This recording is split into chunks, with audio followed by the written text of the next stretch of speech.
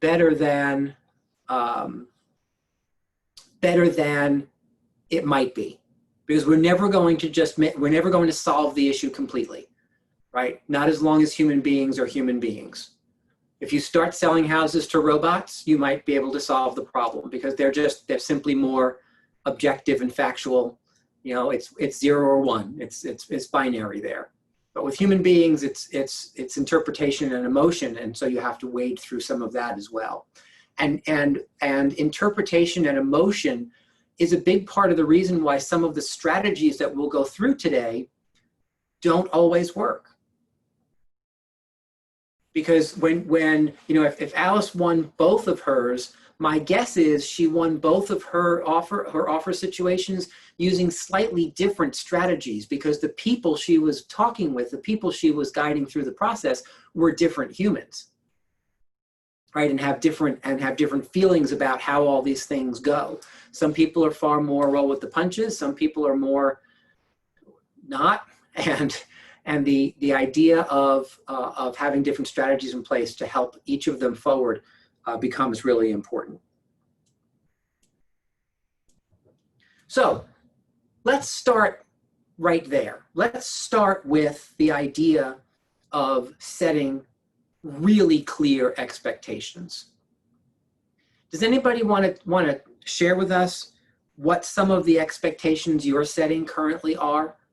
What are you saying to buyers up front, flat out, not masked or wrapped in bubble wrap, to help them understand the arena they're entering? Chris. I'm telling any buyers, when we go out, expect to pay asking price or more. If we're going to see a home, don't think you should be placing an offer for less than what they're asking. So I'm putting that out there right away. Yeah, that's really, really important, right? Really, really important. I love the idea that the asking price is the minimum expectation a seller has from you as a buyer. That's how I used to describe it, right? In markets that were moving quickly like this, the asking price is just the minimum expectation that the seller has of you as a buyer. Look how studious Donna Gilbert is with her little hand raised. Go ahead, blue hand. Way too many Zoom meetings. So, you know what I've been finding really effective is the script that you gave us. I'm pretty sure it was in Ignite, though it could have been in some other meeting, but I think it was an Ignite session that you've added now, which is, this is not a market for everyone. We have that real honest, you know, after we've had the needs analysis and everything, you can kind of start to get a feel of what type of temperament, what type of people you might be dealing with. Are they risk takers? Do they roll the dice? Can they pull the trigger? Or are they more, let's see it, let's go back, let's talk about it, that sort of thing. And even in, you know, sometimes you can get those people to elevate slightly. And yet, having that conversation and going back to it over and over again. So I have it at the initial conversation, but then when we're actually out there slugging it out, writing up offers, the highest and best, the whole thing, I bring them back, because you can see, and I think that some of that distrust is not necessarily, I totally understand, we don't know everything and we got to be comfortable with that. Yeah, great. But there's this anxiety about, but wait, I'm not quite ready to make a decision. I thought I'd have more time. A woman actually said to that to me, she said, I thought we'd have more time. And then I brought her right back to remember, you know, this is not for everybody. This may not be the market that is going to feel right for you. Yeah. You know, really being honest about that. Yeah.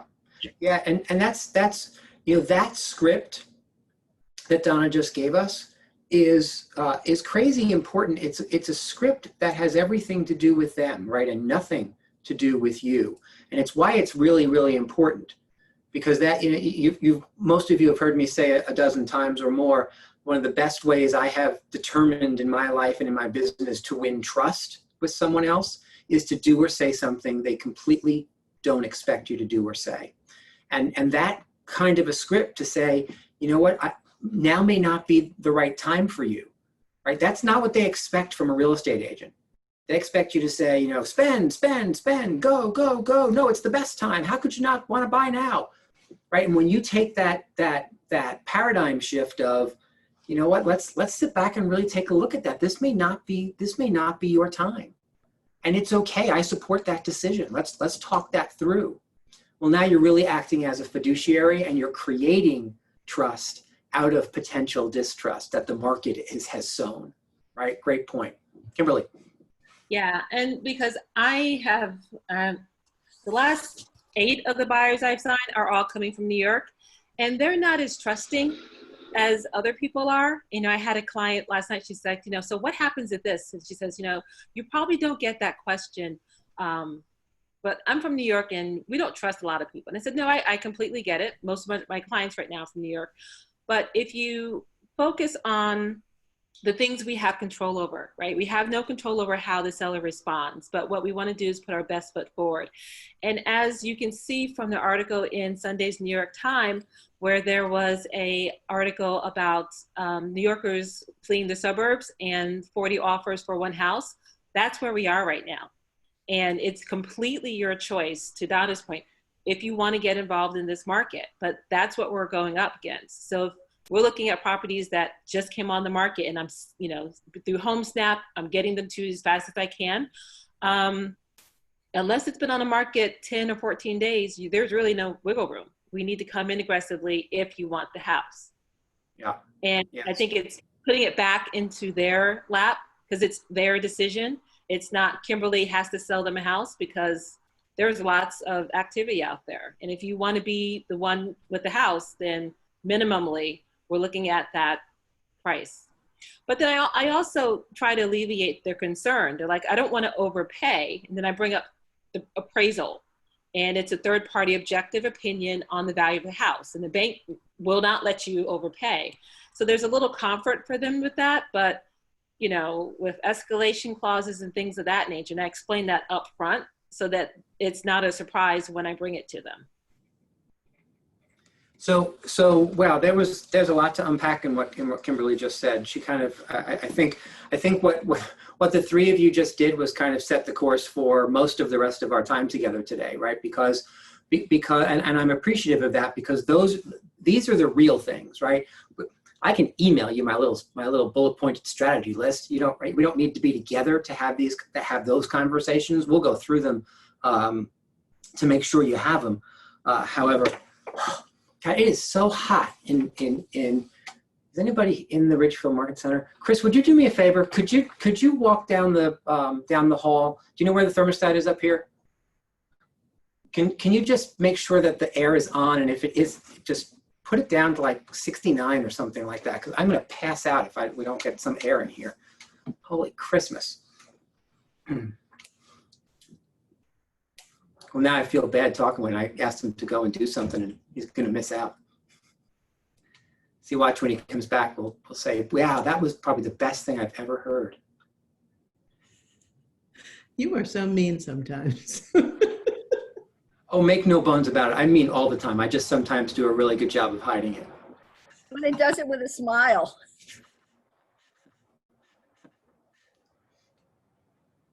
Oh, the air just kicked on. Man, oh man.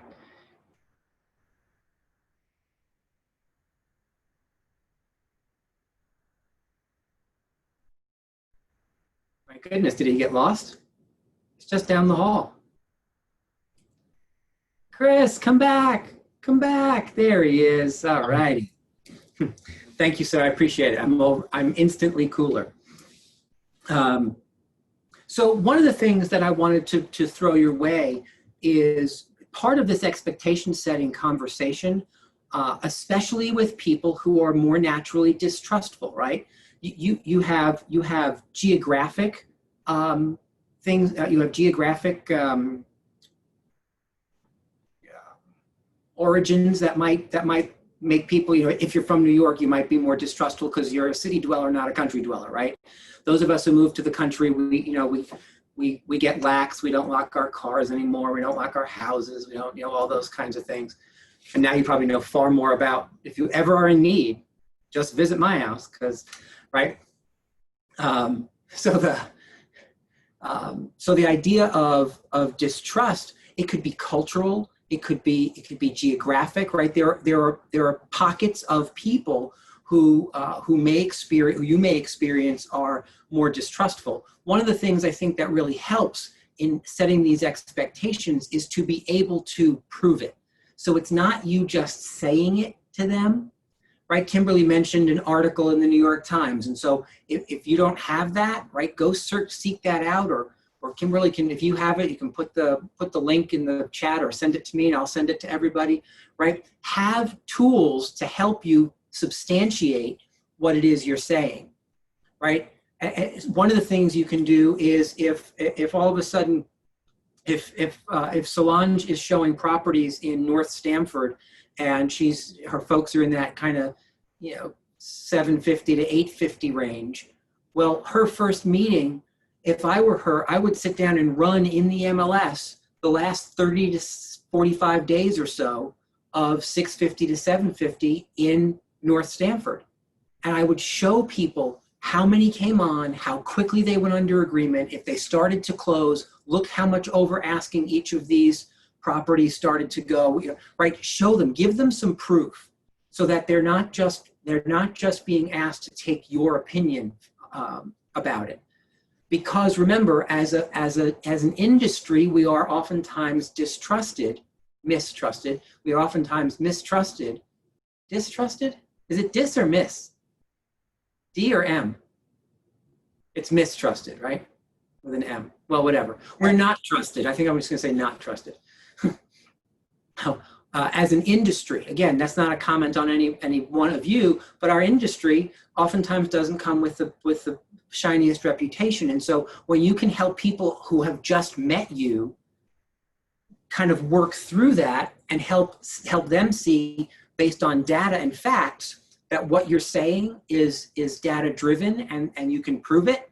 And then when they get out into the marketplace and have to wait online for a showing, or they start to see that what you showed them and what you talked to them about really is happening, you have a much easier time with the trust issue once it's time to sit down and write the offer.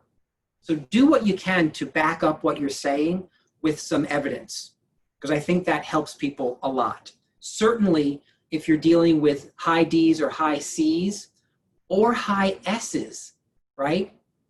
So 3 of the 4 behavioral styles will look for that backup. And the only reason the high S is looking for the backup is because they want to trust you, but sometimes they struggle when it comes to large decisions, right? And purchasing a house for a lot of people is a very large decision, right? Oh, good. We have our resident thesaurus in Joanne. So she's giving us miss and dis are both words, but you mistrust people. I love that. All right. At some point, I promise to learn the English language at a level that will be more helpful to each of you. I will do that maybe this weekend. We have a long weekend, right? Although, see, but tennis is on this weekend because the US Open is happening. So I'm probably not going to make you many promises because I'm going to be parking my behind in front of the television watching Serena win her 24th. Just saying. And yes, it counts. Nobody give me any of that crap about it doesn't count because it's a pandemic year. It still counts. Just saying again.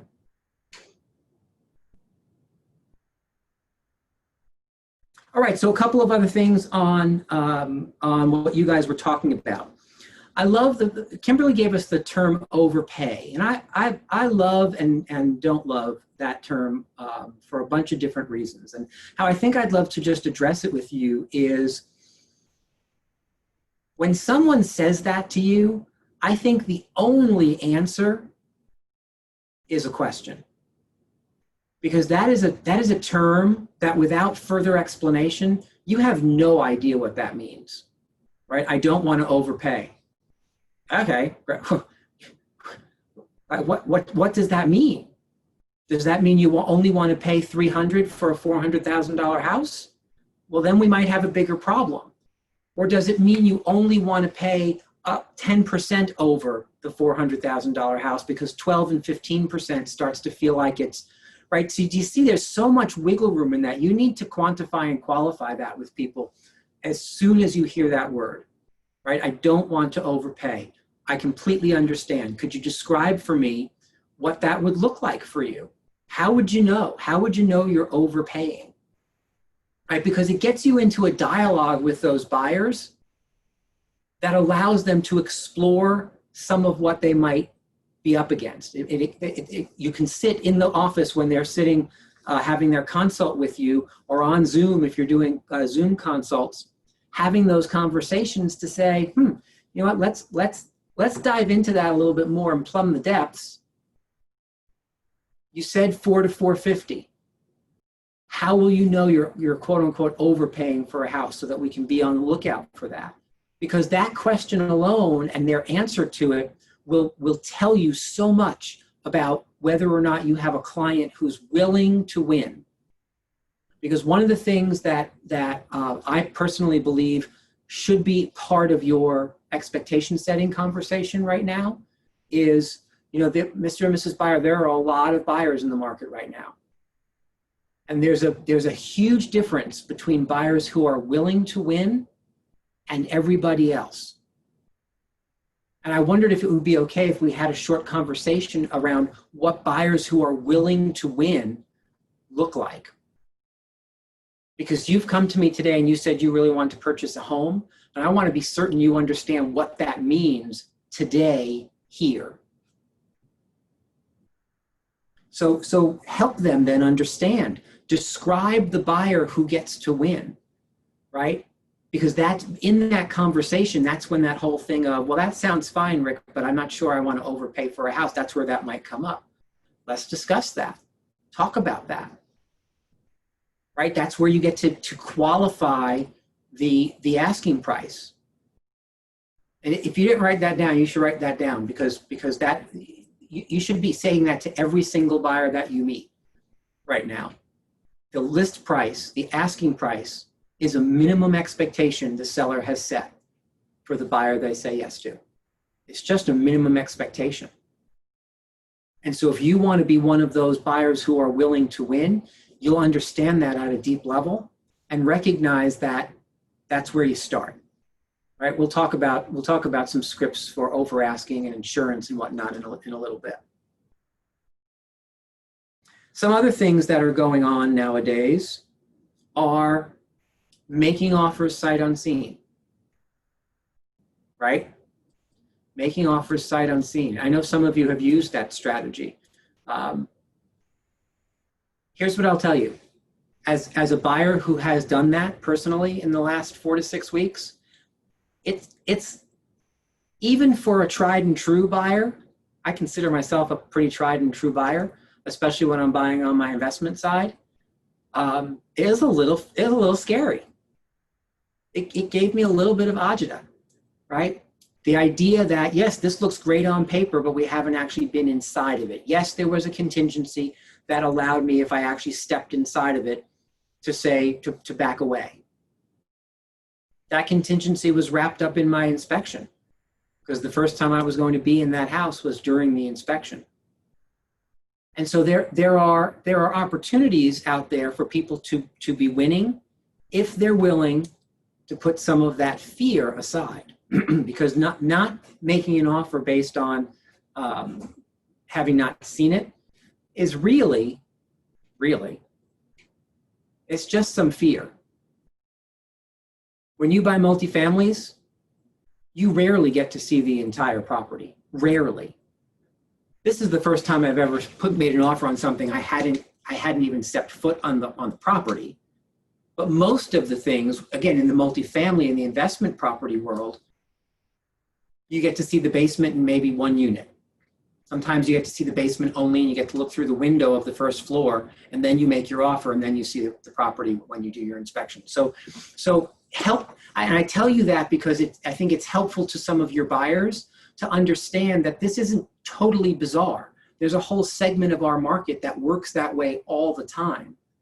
We're just seeing, based on the velocity of the marketplace right now, it creeping into residential purchases as well, where sometimes in order to be first, you've got to be willing to skip a couple of steps.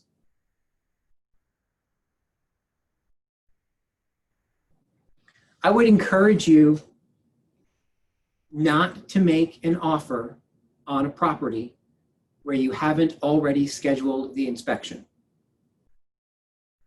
Don't make an offer today unless you have called an inspector and said, okay, look, I'm writing an offer this afternoon. We may know as soon as tonight, but certainly by tomorrow.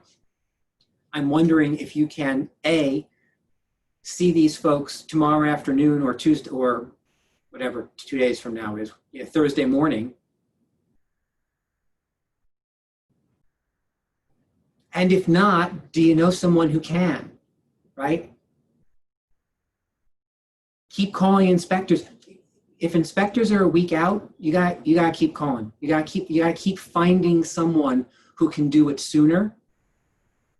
Because if you're willing to put that time and effort in up front as the offer's being written or pre-presentation, and nobody else is, remember, you've been through the 17 inspectors who all said it's going to be a week, and you found the one who can do it in 2 or 3 days, which means all the other offers are now going to be a week out. And so that might be as I think Donna said before, it's not always about money. Sometimes it's about terms. Sometimes it's about speed. And so the sellers may decide, well, this is already scheduled and it's fast. Understand you're going to have to make the point to the listing agent, hey, I want you to recognize that we found the one inspector who can do this Thursday. Everybody else is next week, which means now your sellers have 5 more days off the market before the inspections are done. Right? You've got to make that point to make sure they understand why it's a benefit for them to choose your folks because you did that.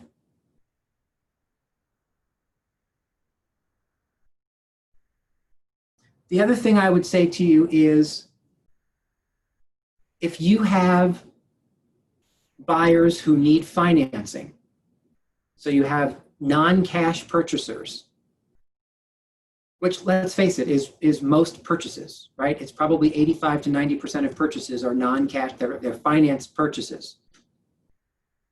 I would absolutely encourage you to talk with your mortgage partners about what I call TBD, to be determined loans. I know there's an actual term for it. I forget what they call it. Maybe it's like pre-underwritten loans or something like that. And so what that means is you take your mortgage partner and you put them together with your buyer and say, okay, I want you to start the process. Don't just look at income and assets and credit and give me a pre-approval. I want you to tell me exactly what you need. I want the buyers to give the mortgage folks exactly what they need so that they can take most of the data and push it past an underwriter to truly have somebody who is now approvable with a property. The only blanks on the application are the property they're purchasing. But the underwriter's already given them a look. There aren't going to necessarily be surprises. They've asked for all that documentation. Now, do you see how putting something like that in place requires a little bit more time? Right? So if you're having your first meeting and your consultation and then heading out to see property, well, there's not time to have that pre-underwritten stamp of approval from the lender. However, if you're starting with people a little earlier, maybe part of your counseling that leads you to your consult, either in person or Zoom, is that conversation. Hey, one of the things that I've been really successful in assisting buyers in winning in this crazy fast-paced market has to do with how prepared you are from a financing perspective. What I'd like you to do is this week, as we're getting ready to meet on Saturday, it's Tuesday, I want you to take all the steps that you can possibly take to get yourself pre-underwritten, connect with so-and-so right now and start that whole process. You see how that's such a powerful point of distinction for your buyer? Go ahead, Donna. And so that's one of the things that I love about having the Zoom meetings is that there is no expectation of we're running out the door to go look at properties, and you have a lot more time to get into depth into a lot of the things that they need to do to be prepared. Yeah, so true. Because what we spoke about before was the pressure that buyers feel, right? And if you can give them more time to feel less pressured, there's less anxiety, and you've created that lesser version of anxiety, so you're building trust, and there's less emotion going on when they actually sit to write the offer. So now they don't have to wade through feeling pressured about the financing and having to make an over asking price offer. They can simply focus on the one point of pressure that they feel. Right? Great point. Great point. Joanne, I am going to get to appraisals in half a second, so hang in there.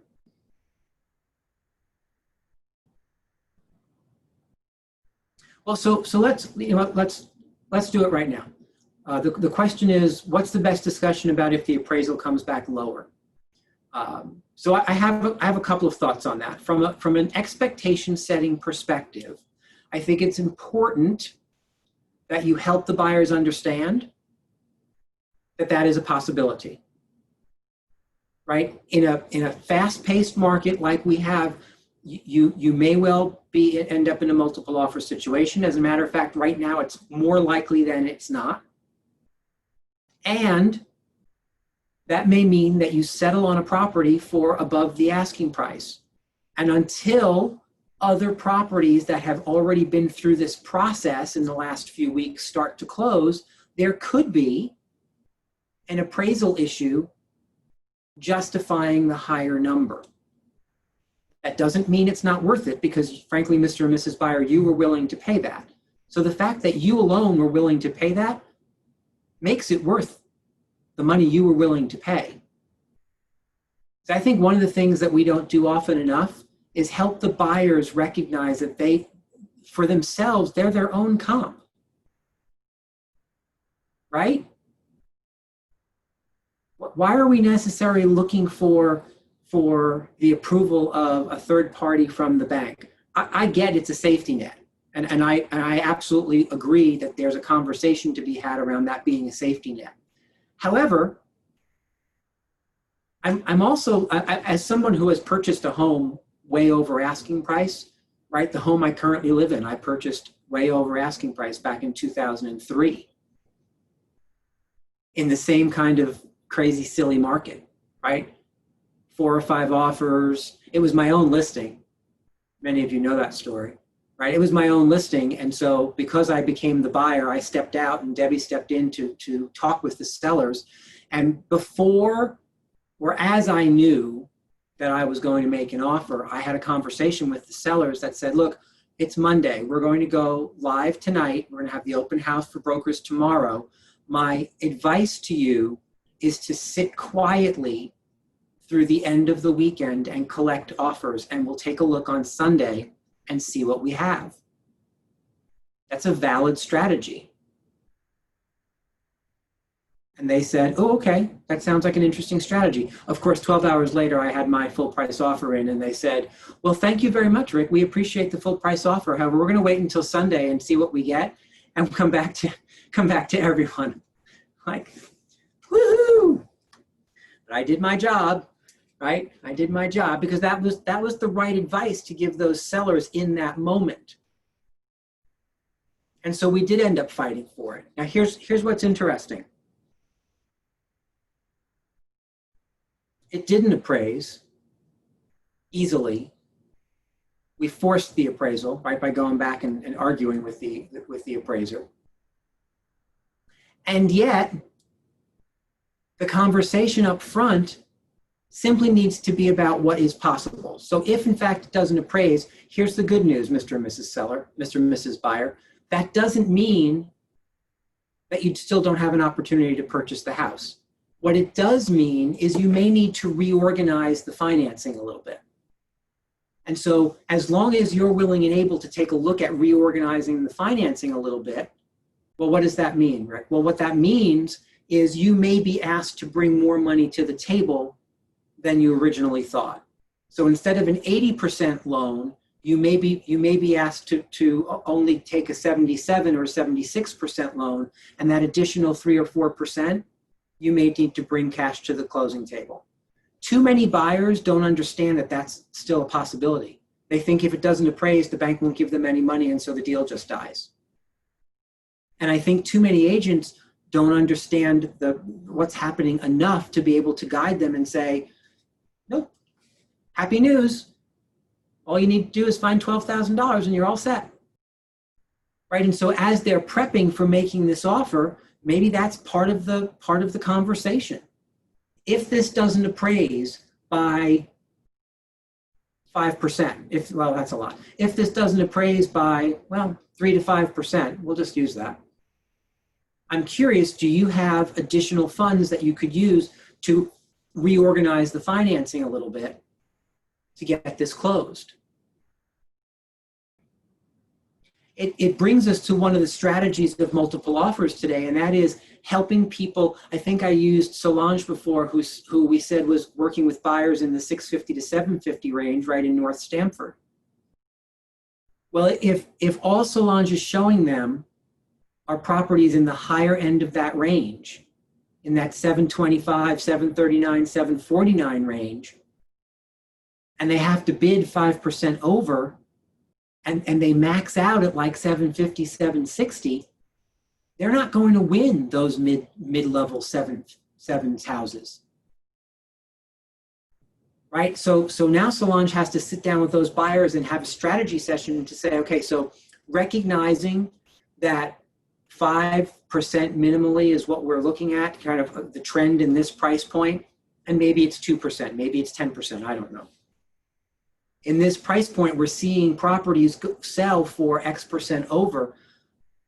If 750 is your max, we likely need to be looking at properties with a maximum asking price of 695 to 7, maybe 705. So that when you show up and you make a strong offer, you still are within your range of tolerance, right? For what you can afford. I have heard from so many people, that they write offer after offer after offer after offer for buyers, and they just continue to lose. And what I have uncovered by asking more questions, almost to a person, is that the issue is the buyers are making offers on properties that max out their price point, and there's no room to go over. And that's not a winning hand. So you've got to help them understand they have to pull that back down a little bit and be looking in that price point that Solange was in. You need to pull that back $50,000 because they're going to need that $30,000, $40,000, $50,000 to win the bid on the $695,000 or $700,000 house, right? Does that make sense?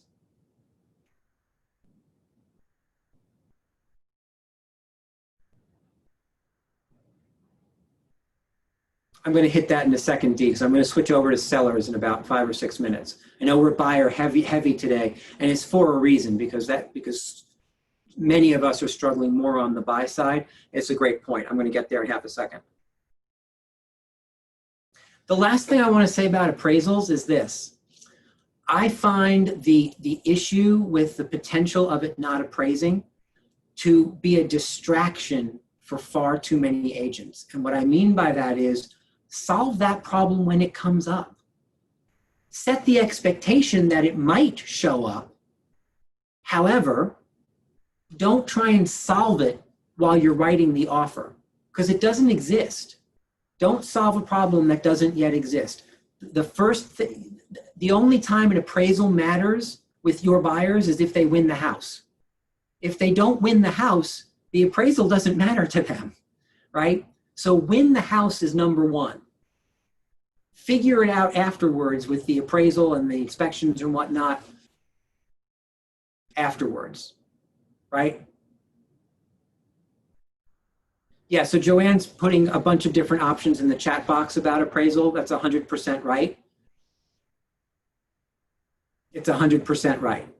I would, encourage you to encourage your buyers to recognize that a lot of sellers are not necessarily going to care so much about your appraisal, right? The market's moving too quickly and they have other options,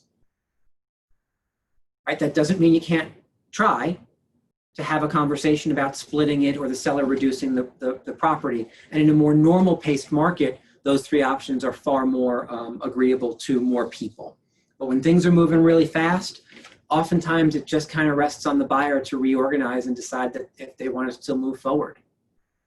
It's another thing as buyer's agents that I would encourage you to not take an entitled attitude around. And what I mean by that is I hear oftentimes from buyer's agents things like, well, it didn't appraise, so what are your sellers going to do about that? I beg your pardon? With that attitude, my sellers are going to go and say, thank you, but no thank you, we're going to the backup offer, right? And yet sometimes we get stuck in that. I get that we're attempting to fight for our buyer clients, but bringing an entitled attitude to the listing table, to the listing agent, is not the best strategy forward, right?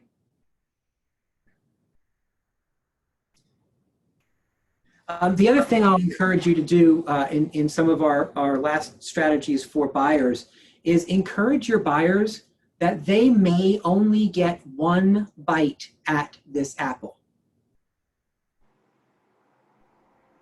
And for a lot of real estate agents, those words stick in their throat. Because too many buyer's agents are far more used to saying things like, well, don't worry. The seller almost always comes back and gives us another opportunity. Remember, you're not entitled to that at all. You're not entitled to anything as a buyer or a buyer's agent.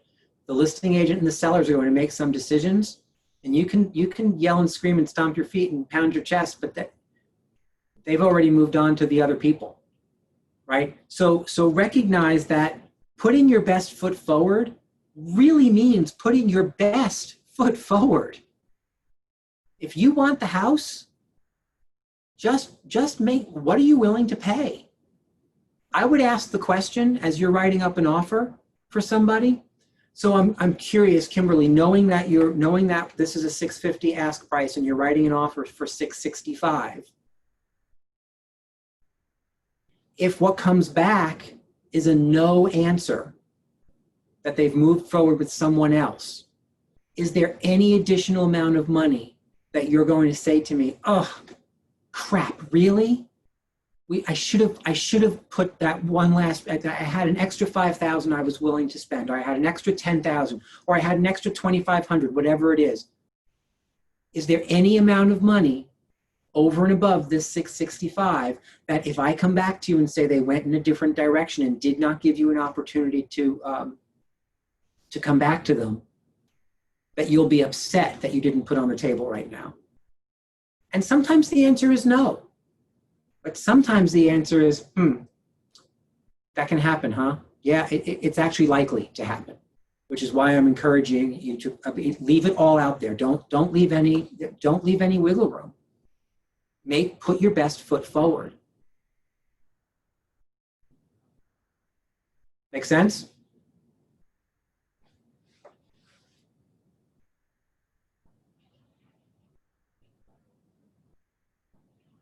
One of the things that I did when I won my last multiple offer for myself, it was a multifamily. I had to put 25% down and mortgage 75% of it. I just wrote a check for 25% and sent that in with the offer. It was an over asking offer with a pre-scheduled inspection that had a time frame.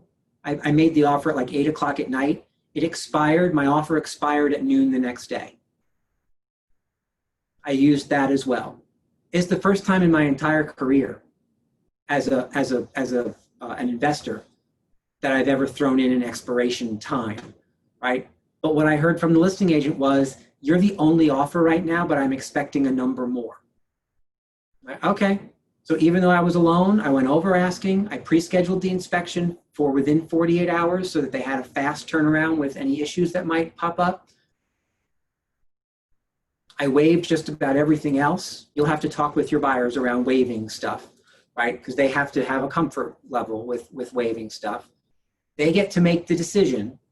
And yet if they're waiving their mortgage contingency, you and they better have a conversation with the loan officer to be really certain that that's advisable, right?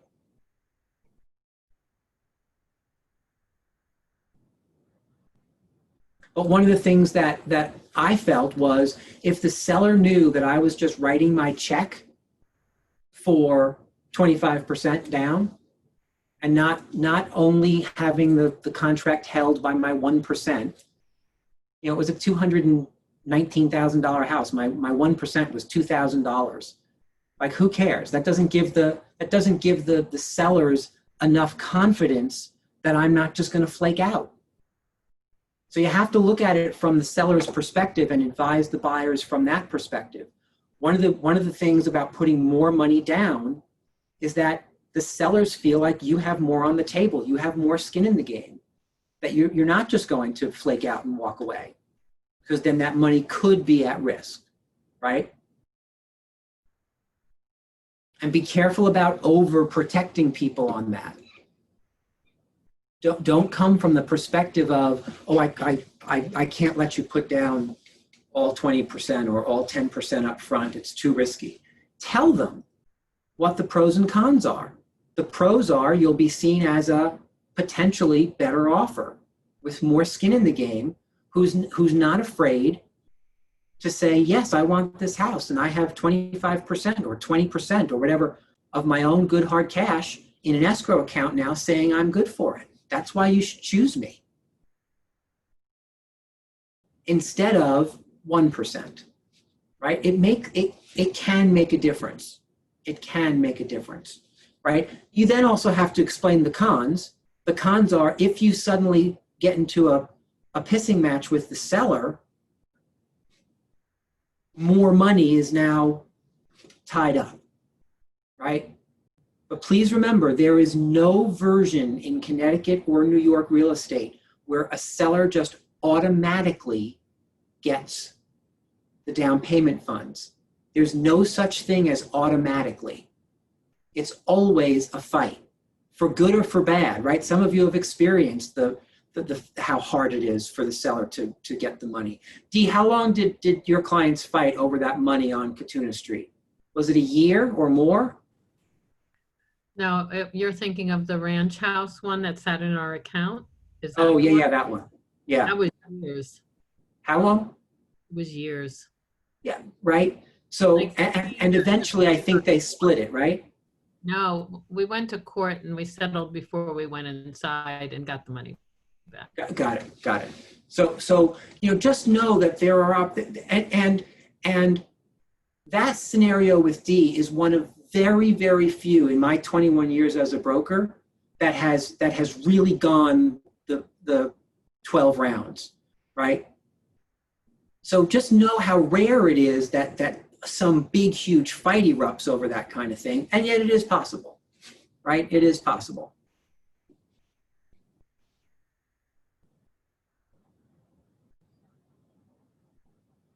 Don't forget to do all the things that we teach in Ignite, which is personalize the buyers, write those cover letters, make sure that the buyers are well represented in terms of the sellers knowing who they are and how much they love the house and all that stuff. My opinion in multiple offers is that you cannot gush enough about the property, right? That's a technical term. You can write that down. It's a business term. Over gush, right?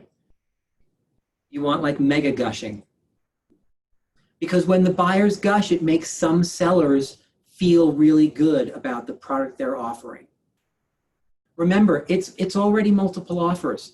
Because people oftentimes say to me, well, if you do that, you kind of tip your hand that the buyers really want the house.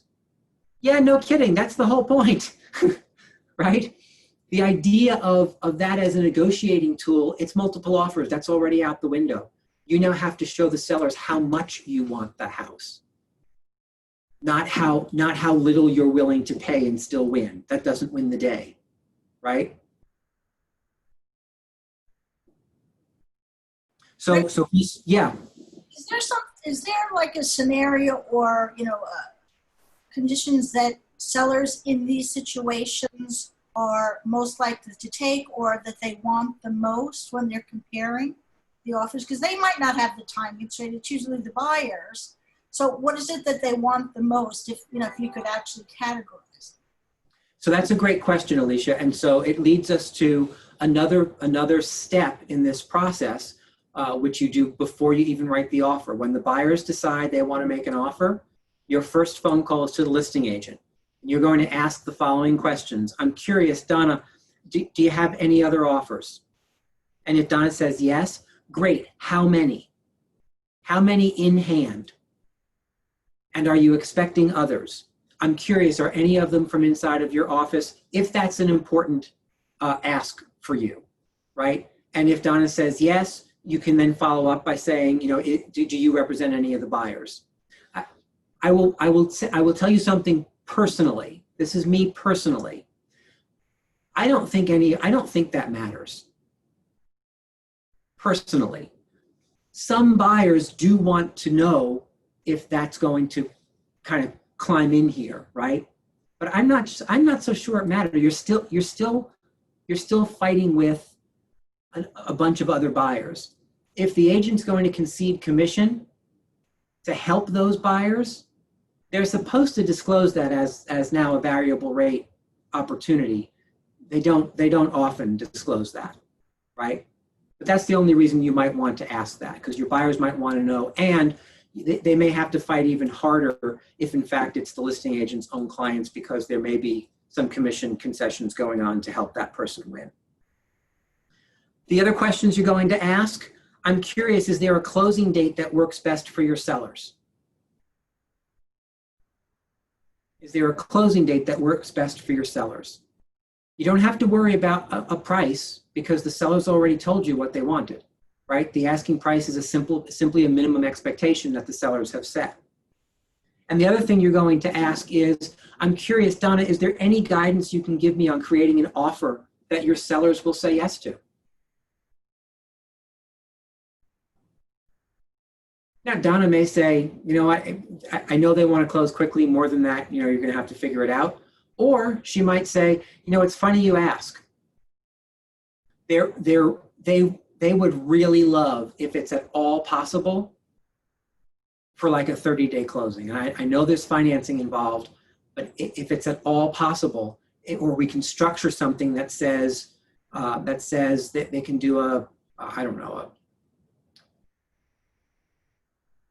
seller financing. Maybe the sellers will say, we'll finance it for the 2 or 3 weeks that's going to take you over and above our 30 days. I don't know. But if you don't ask, Donna's not going to volunteer any information as the listing agent. So when you ask some questions like that, you get some of those terms sometimes, right? Does that help, Alicia?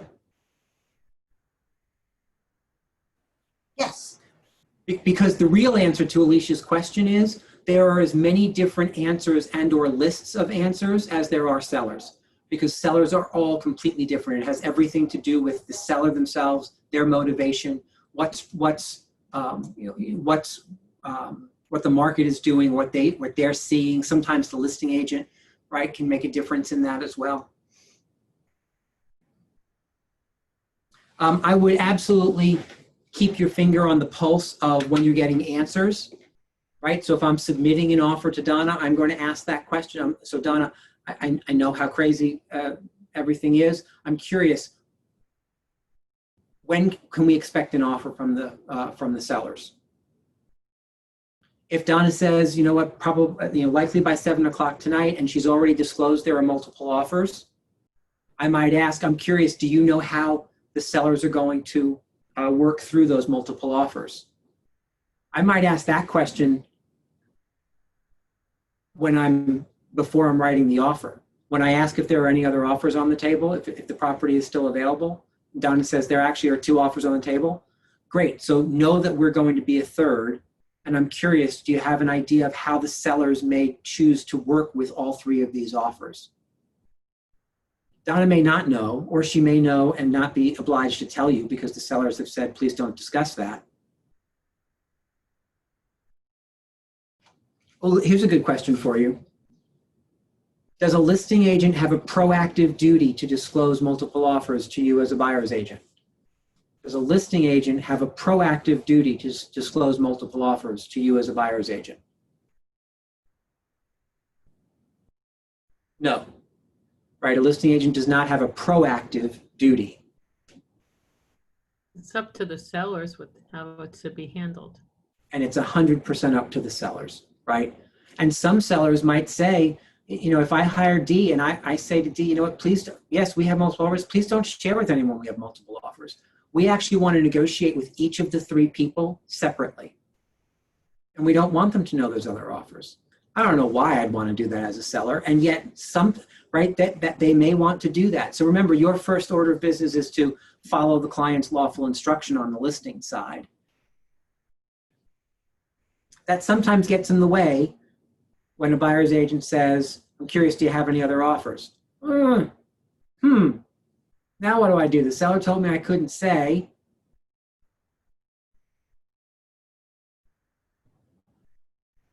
Go ahead, Donna, unmute, tell me. I would say that my seller has asked me not to disclose that. Simple as that, right? Simple as that.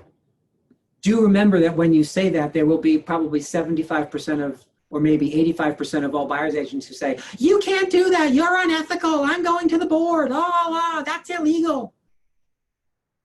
You know, right, the marketplace's favorite word, unethical. If I never hear the word unethical ever again, it will be too soon. All right, and so lastly on a winning multiple offers issue, don't give up. Don't give up, right? When someone comes back and says no to your folks, they're going in a different direction, the very first question you should ask, so Donna now comes back to me and says, Rick, thank you so much for your folks' offer. The sellers have decided to move forward with another offer. I'm going to thank Donna. I'm not going to scream like a crazy person and accuse her of being unfair and all that other stuff. I don't understand when buyer's agents behave that way, right? As a listing agent, I look at that and think, okay, I'm not even asking this crazy loon if they're going to stay as a backup because I'm not interested, right? Not interested. So I thank her. Donna, thank you so much. I know how hard you work to keep everybody, keep this all fair. I'm curious, is there anything that my buyers can do to change the seller's mind?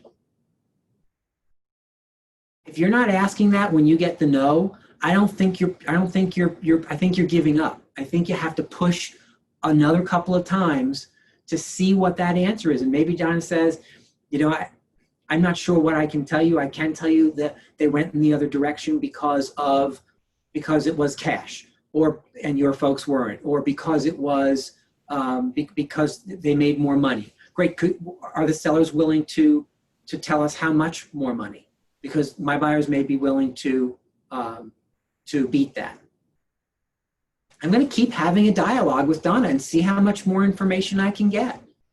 She'll either tell me or she won't, or she may have to go back to the sellers and come back to me. P.S. on the list, when you're listing agents, I prefer that last answer. You know what? Great question, Rick. Let me go back to the sellers and find out exactly what I can find out for you, and I will give you a quick call back. I prefer that answer from you as listing agents, right? And so then when you get to go back to your buyers to say, okay, so D, here's the issue. The listing agent came back and told me that they're going in a different direction. However, they also said that if you're willing to put an extra $25,000 on the table and accept the house as is, you can still do the inspections, but they don't want to hear about any kind of issues, that the house is yours. I'm curious, what is it you'd like to do? Right? So now I'm just simply communicating that objective information, and D gets to make a decision. $25K and no inspection issues. You know what? I think I want that house. Go back and say yes. And if I hadn't asked that follow-up question to Donna, I wouldn't have known to go back to give that to Dee to help her win, right? So there is a version of sometimes we give up too soon. Just because someone says no doesn't mean you have to accept that. Don't be a jerk about it, but continue to push forward and ask those questions, right? Yes. And that's even if they've already done the highest and best Yep. and still turned you down. Yep. And well, in this 28 multiple offer thing, the other agent wouldn't give me the time of day. I know we can't divulge price, but she wouldn't even let me know what the deciding factor was. Yep. They were That happy, happens. they made their choice. I'm not going to discuss it. Yep. That happens. That happens too, right? Again, so you don't necessarily win every single time, and all of these things we're talking about don't work 100% of the time. I just want to arm you with those strategies to make sure that you're doing them 100% of the time, so that the times where it does work, you'll get the benefit from it, or your clients will get the benefit from it. Great, thank you. Go ahead, Donna. You look like you're ready to explode. I'm sorry, but I thought we were going close to time. So even if it went to highest and best and no, you don't get it, and they still want to be interested and you ask them what, and she gives you no time of day, this specifically for Joanne, I might still go back to my clients and say, so this is what happened. And so, would you like me to go in with more money? Because I'm willing to. Even if you don't get the lead in from the listing agent and they're heartbroken and have 25 grand they want to still play, take it back. Thanks, Don. Because the listing agent has a responsibility to bring whatever you bring back to them to the seller, right? And so that's a great point. By pushing forward anyway, even when the listing agent says no, you now force their hand to bring numbers back to the seller. And sometimes the listing agent was making an assumption about what the seller really wants instead of asking the seller, right? So just keep pushing, right? It's a version of don't take no for an answer. Just kind of keep pushing and keep pushing and keep pushing. One more thing on the buy side, and then we'll talk just quickly about sellers. We're till 2:15. This is a 75-minute session, so we have 11 minutes left. Remind your buyers that you will do everything in your power to get them what they want. And remind them that the world, especially in a real estate market moving this quickly when you're a buyer, is not always fair. You have to help set the expectation that fair is not the barometer we're using here, because it won't feel fair. And fair in and of itself is a trap, right? You're going to do everything you can do to keep them in the game.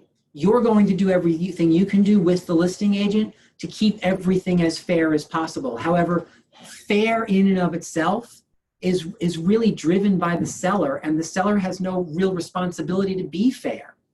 I believe that it makes sense for sellers to be and listing agents to behave fairly to keep as many people active as possible, just in case something goes wrong with the one you say yes to. And yet, I seem to be in the minority when I say that out loud, or at least in the minority with how many listing agents actually or sellers actually behave, right? So be careful about getting caught up in fair, right? That's not fair. Yep, that's right. That's right. Right. And so let me ask you this. Are you willing to pay the extra $20,000? Knowing that it's not fair, but you said you wanted that house, are you willing to pay the extra $20,000, right? Alice has a situation going on right now, which I won't get into, but it's not fair, right, Alice? I mean, what's happening to your folks is certainly not fair, but it just is what it is. Right? And so Alice and her folks are clawing their way through to look at making points to stay in the game, right? But it certainly isn't fair. And if she and the buyers decided that fair was the barometer of whether they should stay or not, this conversation would have been over almost 24 hours ago.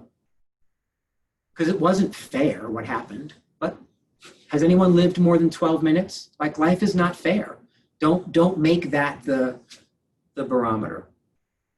All right, we have somebody in the.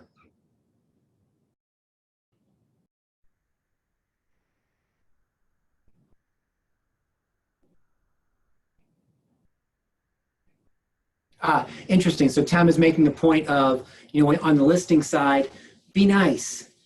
Be nice, right? I love the idea of a rejection letter. Thank you so much for the offer.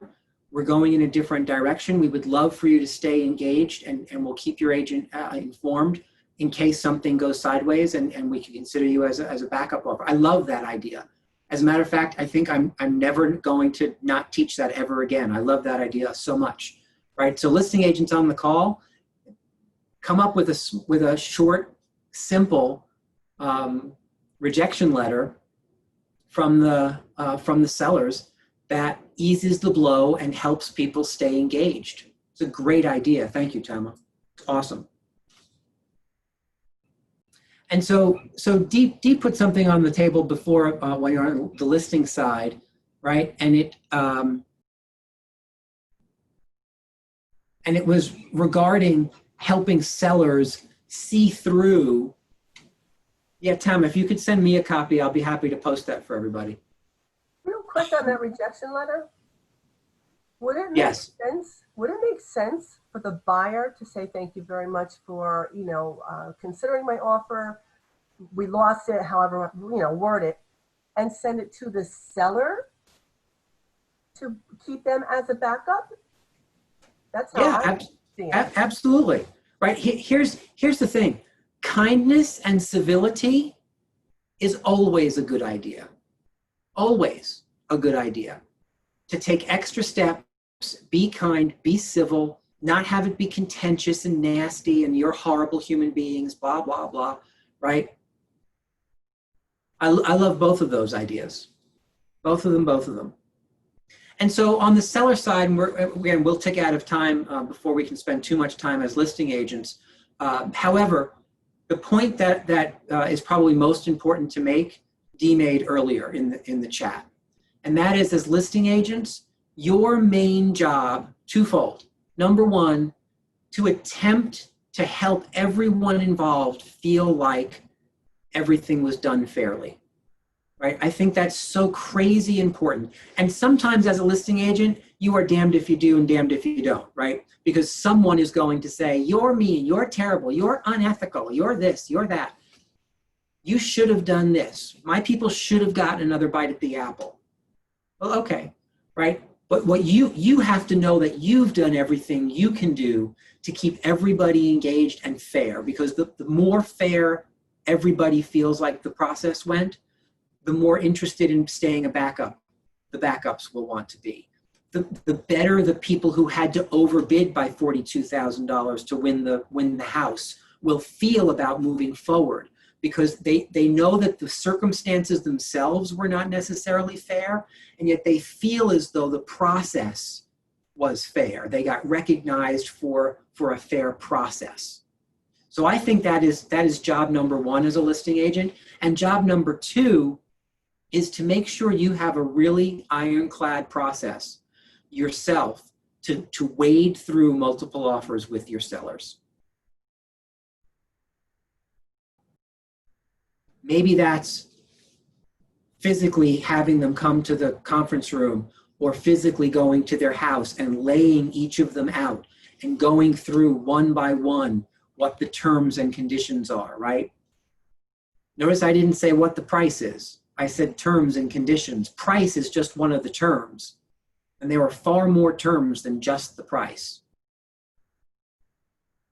What accomplishes the goal of the sellers? Is it speed? Is it not having to worry about a mortgage, right? Because now you want to pick the cash offer. Is the cash offer less money, and what you really need is the most money out of it as possible? So now you might want to find, okay, what's the highest offer with the best qualifications from a lender? I've already helped sellers choose offers based on, and I'm not kidding, who the listing agent is, who the buyer's agent is, or who's writing the loan. right? You sit and you say, oh yeah, so I love the Excel version that Dee just put on there, right? So you just open Excel or Google Sheets and you can just kind of list them out, bing, bam, boom. Make a little cheat sheet for them so that they can see exactly how they compare, right? That's a great idea. I love that.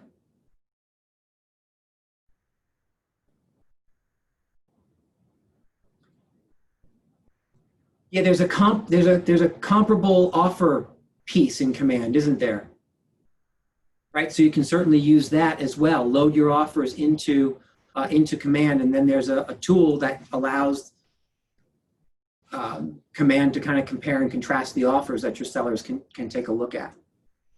There So are many some cool variables tools. that would be hard to put in Command, though, that sometimes you want to list, if you know what I mean.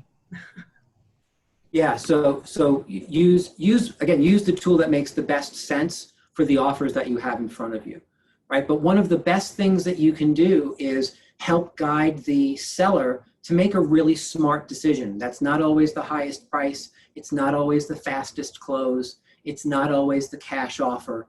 It's looking at all of the details and all of the variables, again, including. As a listing agent, there were agents who brought transactions to my sellers, and I thought to myself, you know what, this is one of those agents who writes offers over and over and over again, and when you look at the MLS, they never close anything. Their track record is let's write an offer, not let's get to a closing table. And if that's information that I validly have, not an opinion that I get to have, right? It's not a popularity contest. But if there's a track record from somebody who's either a massive pain in the ass or I probably shouldn't have said ass on the recording, but well, now I've said it twice. So, but someone who's going to cause disruption and make the buyers behave in a way that maybe the buyers aren't necessarily inclined to behave because they think they have all this whatever, right? Or if it's with a big bank, right? If you have a local loan officer who you know and trust versus a pre-approval from Bank of America, I would have that conversation with the sellers. Look, just as another point of information, here's what we're experiencing with big banks versus here's what we're experiencing with local folks, right? You'll have delays probably with both right now. That's just real. And yet, at least with the local folks, we can touch them. We can get a hold of them. We can push on them a little bit more than we can the big banks, right? So help people make those decisions with some subjective information that you might have that isn't written on the pieces of paper. That's, I think, really where you can shine as a listing agent. Can I add one quick thing? Of course. So I had two really intense multiple offer situations recently, and I went into both letting people know they were going to happen because of knowing the absorption rate. So I think setting it up right from the beginning, knowing those expectations with the seller and having these conversations up front so they are prepared, because it does get intense. And it's not easy. And it's a very intense situation for the seller as it is for the buyers. And, you know, and knowing what they are looking forward to and having them reiterate that is really important. So I love the word intense. Different for every seller. Yeah. I love the fact that Dee used the word intense. You may want to work that into your expectation setting as both a buyer's agent and a listing agent, right? Mr. and Mrs. Client, please note that right now with how fast the market's moving, you know, things can get a little intense. And so I say that up front so that if you start to feel like things are a little intense, you can just look at me and say, you know, Dee, this is intense. And we can just nod our heads and say, it is. How can I help how can I help you make it a little less intense? How can we kind of take some of the pressure off? And the other thing that I heard Dee say, which is probably a great place to close. Oh shit, we didn't talk about escalation clause. Oh, now I said another bad word on. I'm gonna have Adonis like go through and blooper my recording today. All right, I want to mention escalation clauses before we break. So if you can hang for 3 more minutes, hang for 3 more minutes. If you can't watch the recording, I'll talk about it at the end. The other thing that Dee said is keep them talking, right? It's so important to keep the client talking and expressing what they're feeling and how they're feeling about it, right? Because you're going to stay in that zone of objectivity. They don't know that rule, right? And so they'll keep slipping back into being emotional. And so I love the fact that what Dee was saying was keep conversing with them. Don't cut them out of any conversations. Ask them good questions. Talk with them about how it is they're feeling. Make sure that they understand it's totally normal to feel pressure and anxiety in this scenario because it is intense, right? If you give them permission to feel those things, well, now they can feel them and take steps forward instead of getting stuck in just feeling them. I actually love that point more now that we've talked about it even more, right? So crazy important. It's almost like being a therapist without them realizing they're in a therapy session, right? Because just by you asking them questions and asking them to kind of express how they're feeling about the process and whatnot, and you can simply ask simple questions. You know, so how are you feeling about the fact that you have 5 different offers that we have to kind of wade through? And they'll say, well, I'm excited that we have 5 offers, but it feels like a whole ton of pressure. Great, how can I assist in all of that? How can we stay rooted in the excitement? And how can I help relieve some of the pressure? I created a grid, or here's some comparable data between the two that I thought might be helpful. Let's go through it. Help them eliminate. Okay, so is there anything on the table that we note that you want to eliminate right off the bat? Yes, this one, we don't want to talk to these people. Okay, good. So now instead of 5, we have 4, right? Love that, love that, love that. Let's talk a little bit about escalation clauses. So our last conversation today, escalation clauses. Escalation clauses, first and foremost, are not illegal in Connecticut. I have had to answer that question more times in the last 6 or 8 weeks than at any other point in my entire career. They are not illegal. You will be told that they are. What that means is you're talking to someone who doesn't really understand the law, or someone who doesn't understand escalation clauses. And it's easier to say that they're illegal or unethical versus actually finding out about how they can be used. Now, that's different than if a listing agent comes back to you and says, the seller said that they're not interested in entertaining an escalation clause. If you could please just put a number on the paper, that's what they'd like to see. That's different. Does the seller have a right to do that? Sure they do.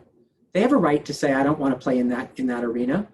And then the buyer has a right to say, well, okay, well then I'm going to take my offer and go home, or just put a number. So let's talk about what an escalation clause is. So an escalation clauses are valid and legal in New York as well, Lydia. Thank you for that reminder. So both states, you're a thumbs up on escalation clauses, right? An escalation clause is simply this. I'm writing an offer for my buyer client and I'm giving it to listing agent Chris. And I say to Chris, so Chris, here's the offer from Mr. and Mrs. Buyer. If you'll note, their offer ultimately has an escalation clause built into it. And the escalation clause is that they will offer $5,000 over the highest verifiable offer up to $675,000. That's the entire escalation clause, just by the way.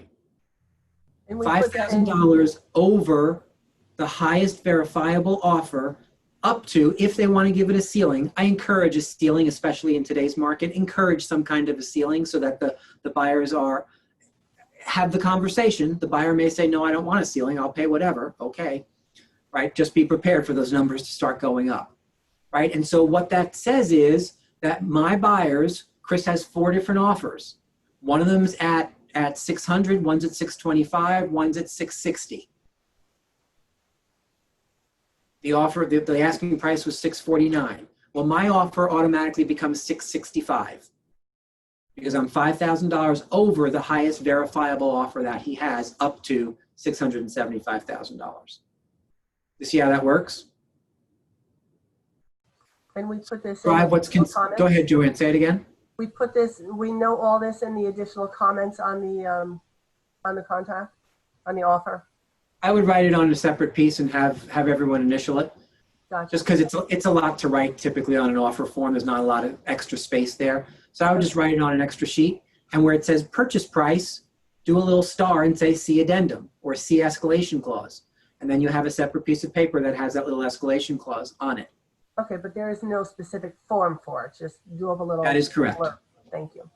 That is correct. There is no form for it. And the clause itself is no different, is no more or less than what I just said. Offer is $5,000 higher or over highest verifiable offer. Please don't leave out the word verifiable, because that's an important piece of it. Norma asks, what's considered verifiable?